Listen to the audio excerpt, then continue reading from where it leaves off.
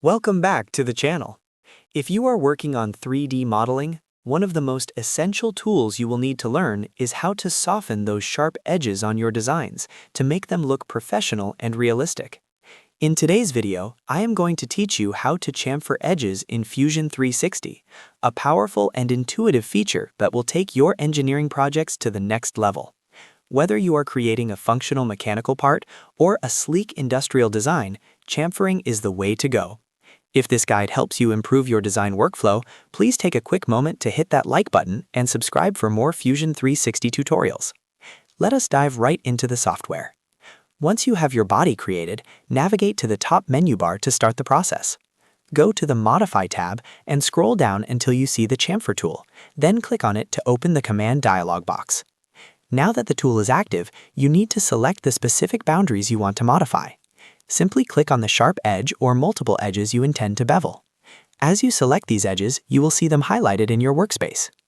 Next, pay attention to the dialog box that appears on the right side of the screen. Here, you need to choose your preferred chamfer type. You can select equal distance if you want the slope to be uniform on both sides.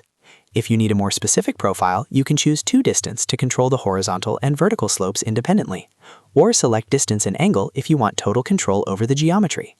Once you have selected your type, you need to enter the specific chamfer value. Type in your desired measurement, for example 3 mm, and watch how the software updates your model in real time.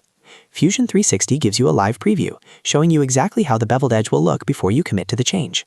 Take a second to rotate your camera and inspect the transition from all angles. If you are satisfied with the look, click OK to finalize the command. Your once sharp, dangerous edges will now be replaced with a clean, smooth, and professional slanted corner. It really is that simple. Using this tool effectively can save you hours of manual geometry manipulation and helps prevent stress concentrations in your real-world manufactured parts. Spend some time experimenting with different angles and distances to see which aesthetic fits your specific project best. Remember, consistent practice is the key to mastering 3D CAD modeling.